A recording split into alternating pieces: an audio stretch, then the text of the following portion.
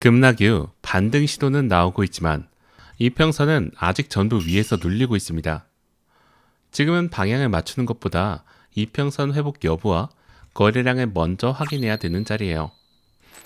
안녕하세요. 비트트레이더 K입니다. 오늘 새벽 이더리움 분석을 시작하겠습니다. 지금 이더리움 15분봉 흐름을 보면 비트코인과 함께 흔들리고 있지만 움직임의 결 자체는 조금 달라요. 비트코인이 단순히 아래로 밀리는 동안 이더리움은 중간중간 반등 탄력이 더 강하게 나왔습니다. 이런 차이가 나오는 이유가 있어요.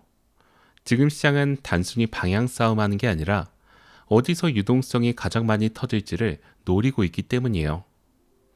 특히 이더리움은 최근 들어 기관 자금 느낌이 간헐적으로 들어오는 움직임이 자주 나오고 있어요.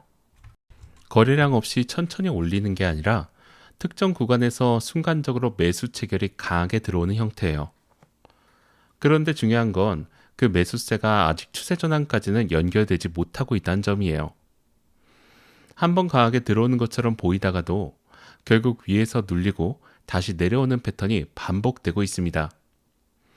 현재 이더리움은 비트코인의 흐름을 따라가고 있지만 강도 자체는 중립에서 약세 쪽에 더 가까워요. 그 이유는 이평선 배열을 보면 바로 알 수 있습니다. 20일 이평선 아래, 50일 이평선 아래, 100일 이평선 아래, 그리고 200일 이평선까지 전부 위에서 눌리고 있어요. 지금 배열을 정확히 보면 20일 이평선, 50일 이평선, 100일 이평선, 200일 이평선 순서로 내려오는 역배열 구조를 만들고 있어요. 이건 시장이 아직 반등하면 매도라는 관점을 유지하고 있다는 뜻이에요. 여기서 많이들 착각합니다.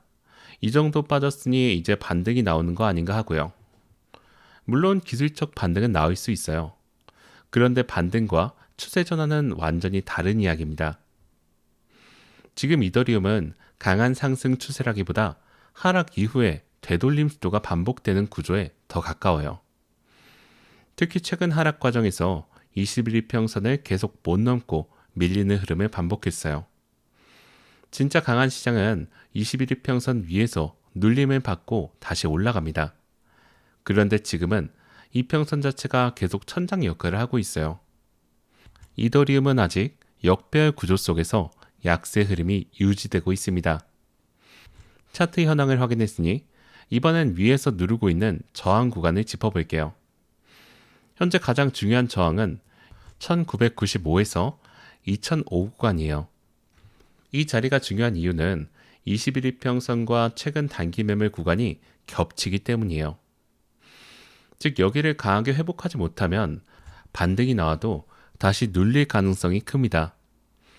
단기 반등은 나오고 있지만 아직은 숏 우세 흐름이에요.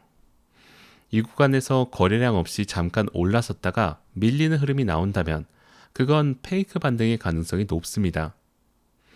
가격이 잠깐 찍고 내려오는 것과 진짜 돌파와 안착하는 것, 이것은 체결 강도와 거래량에서 차이가 나요.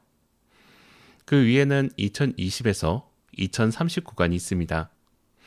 여기는 50일 이평선과 100일 이평선이 겹치는 자리예요. 이 구간을 돌파한 뒤에 안착이 나와야 비로소 시장 분위기가 조금 바뀔 수 있어요. 2005에서 2030 돌파 여부가 분위기 전환의 기준이에요. 정리하자면 1995에서 2005를 먼저 돌파하고 이후에 2020에서 2030까지의 안착이 확인돼야 비로소 위를 볼 수 있는 구조죠. 이 두 구간을 순서대로 돌파하고 유지하는 흐름이 나오기 전까지는 위를 향한 추격 롱은 신중하게 접근해야 됩니다. 저항을 봤으니 이번엔 아래쪽에 있는 지지 구간을 갈게요. 현재 아래 지지는 1975에서 1970 구간이에요. 방금 이 자리에서 반등이 나왔어요. 그런데 이 구간이 다시 깨지면 이더리움은 1950 부근까지도 빠르게 열릴 수 있습니다. 1970 이탈 시 추가 하락 가능성이 더 커질 수 있어요. 여기서 한 가지 더 짚어야 될 게 있습니다. 지금 시장은 개미들이 여기가 바닥이라고 느끼는 순간에 계속 깨고 있어요. 확신을 주는 척 하다가도 다시 흔드는 흐름이 반복되고 있는 거예요. 1975에서 1970 구간을 지지로 확인하고 싶다면 이 자리에서 양봉 마감이 연속으로 나오는지를 반드시 체크하셔야 합니다. 한 번의 반등만으로 지지가 확인됐다고는 보기 어려워요.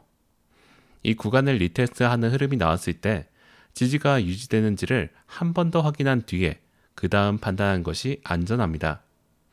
비트코인이 15분봉 기준 추가 하락으로 전환될 경우 이더리움은 변동성이 더 크기 때문에 아래로 밀릴 때 속도가 훨씬 더 빨라요. 그래서 1970 지지가 실제로 유지되는지 여부는 이더리움 단기 흐름 전체에서 핵심 변수예요. 지지와 저항 구간까지 확인했으니 거래량을 통해 지금 흐름의 성격을 좀 더 구체적으로 볼게요. 최근 하락 구간에서 거래량이 증가했습니다. 이건 단순 조정이 아니라 공포 물량과 손절 물량이 함께 나왔다는 의미예요. 급하게 던진 물량이 시장에 쏟아진 것이기 때문에 지금 반등은 새로운 상승의 시작이라기보다 급락 이후의 되돌림 가능성을 우선적으로 봐야 돼요. 반등 구간에서 거래량이 얼마나 실리는지가 여기서 중요한 확인 포인트입니다. 거래량 없이 가격만 올라가는 반등은 지속력이 약합니다. 반면 거래량이 실리면서 저항을 돌파하는 흐름이 나온다면 그때는 조금 더 신뢰를 가지고 볼 수 있어요. 지금은 그 확인이 아직 나오지 않은 상태예요. 거래량이 실리지 않은 채 가격만 저항 근처로 올라가는 구간은 오히려 숏 진입을 노리는 세력에게 유리한 구간이 될 수 있습니다. 지금 시장에서 거래량은 단순한 참고 지표가 아니라 이 반등이 진짜인지 아닌지를 판단하는 가장 직접적인 근거예요. 거래량과 함께 보조지표 흐름도 보겠습니다. 현재 RSI는 40 부근에서 반등 중이에요. 과매도 구간에서 벗어나려는 움직임은 보여요. 그러나 아직 추세 전환을 확정할 수 있는 수준은 아니에요. RSI 40 부근에서 반등이 나오더라도 50선을 돌파하고 유지하는 흐름이 나오기 전까지는 본격적인 회복 신호로 보기 어렵습니다. MACD는 음수 구간에서 히스토그램 축소가 나오고 있어요. 단기적으로 하락 힘이 조금 둔화되고 있는 모습이에요. 그런데 아직 골든 크로스가 강하게 나온 건 아니에요. 히스토그램이 줄어들고 있다는 건 하락 모멘텀이 약해지는 신호이긴 하지만 이것만으로 상승 전환을 단정하기는 어려워요. RSI와 MACD 모두 하락 힘이 소진되고 있다는 신호는 주고 있습니다. 다만 두 지표 모두 아직 중립 이상의 신호를 주고 있지는 않기 때문에 지표 개선이 가격 회복과 함께 나오는지를 반드시 같이 확인하셔야 돼요. 지표가 먼저 반응하고 가격이 따라오는 구간인지 아니면 가격이 튀고 지표는 여전히 음수에 머무는 구간인지를 구분하는 것이 중요합니다. 지금은 두 지표가 방향을 잡기 전까지 과도한 확신을 가지고 포지션을 키우는 것은 위험해요. 지표까지 확인했으니 이제 실전에서 어떻게 대응할지를 볼게요. 현재 단기 기준 아직 숏 우세입니다. 그런데 지금 자리에서 추격숏도 조심해야 돼요. 이미 한 차례 급락이 크게 나왔기 때문에 짧은 숏 커버 반등이 언제든 나올 수 있는 자리예요. 늦게 따라붙는 사람들의 유동성을 노리는 흐름이 반복되고 있다는 점을 항상 염두에 두셔야 합니다. 바닥에서 공포를 느끼고 던지는 사람, 반등이 나오자마자 급하게 롱으로 따라붙는 사람, 그 유동성을 시장이 계속 먹고 있는 겁니다. 롱을 고려한다면 1975에서 1970 지지 확인 이후에 1995에서 2005 구간 돌파 여부를 보고 그 다음 진입하는 전략이 현재로서는 안전해요. 이 구간에서 거래량이 실리면서 양봉 마감이 나온지를 확인 후에 진입하는 것이 중요합니다. 2020에서 2030 구간까지 안착이 나온다면 추가 대응을 고려해 볼 수 있어요. 숏을 고려한다면 1995에서 2005 저항까지 거래량 없이 밀리는 흐름이 확인될 때 진입하는 것이 전략이에요. 1970 이탈 시에는 1950 부근까지 하방이 열릴 수 있어요. 어느 방향이든 지금은 방향을 맞추기보다 이평선 회복 여부와 거래량 확인이 훨씬 더 중요합니다. 진입 전 반드시 해당 구간에서 캔들이 어떻게 마감되는지 그리고 거래량이 실리는지를 눈으로 확인한 뒤에 판단해야 돼요.